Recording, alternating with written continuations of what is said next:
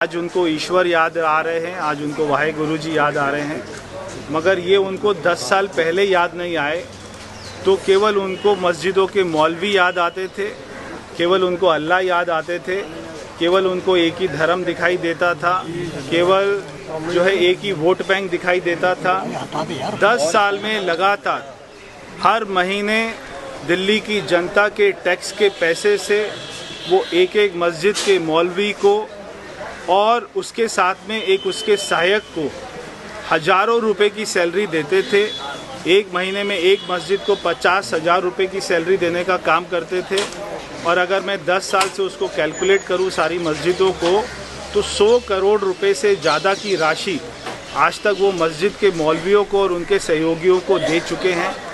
आज क्योंकि चुनाव आया है और चुनाव की घोषणा 4 दिन बाद होने वाली है, 5 दिन बाद होने वाली है, 1 हफ्ते बाद होने वाली है, तब उनको एकदम से मंदिर के पुजारी याद आ गए हैं, उनको एकदम से गुरुद्वारे के ग्रंथी याद आ गए हैं। आज तक उनको याद नहीं आया।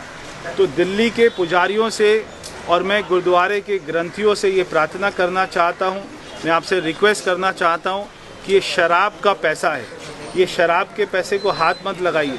जिस आदमी ने हमारे मंदिरों के सामने शराब के ठेके खोल दिए थे, उनके पैसों को हाथ नहीं लगाइए। ये केवल चुनावी स्टंट है, आपको 1 रुपया भी नहीं मिलेगा, क्योंकि अरविंद केजरीवाल के पास में ऐसा कोई आंकड़ा नहीं है कि दिल्ली में कितने मंदिर हैं, कौन कौन से पुजारी हैं, उनका नाम क्या है। अगर कोई उनको चिंता होती इनको पैसा देने की, तो वो सर्वे पहले ही करा लेते, सारे मंदिरों की लिस्ट पहले ही बना लेते, सारे पुजारियों के नाम, उनके अकाउंट नंबर पहले से ही लिख लेते। आज भी क्योंकि चुनाव की घोषणा नहीं हुई है, उनको पैसे देने से कोई नहीं रोक रहा है। आज भी वो चाहें तो वो चुनाव के बाद का क्यों बोलते हैं, वो कल ही सबके खाते में डाल दें, मगर उन्होंने अभी तक कोई इसके ऊपर में सर्वे नहीं कराया है। ये केवल पॉलिटिकल स्टंट है, कोई इसमें फंसने की ज़रूरत नहीं है। अरविंद केजरीवाल की सरकार जा रही है, भारतीय जनता पार्टी की सरकार आ रही है।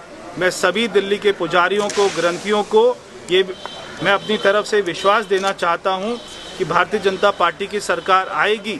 सबसे पहले हमारी कैबिनेट की मीटिंग में जो फैसला होगा वो आपके सम्मान की बात होगी, और आपको जैसे मौलवियों को हक मिलता आया है, वैसे ही दिल्ली के पुजारियों और उनके ग्रंथियों को आपको हक मिलेगा। केवल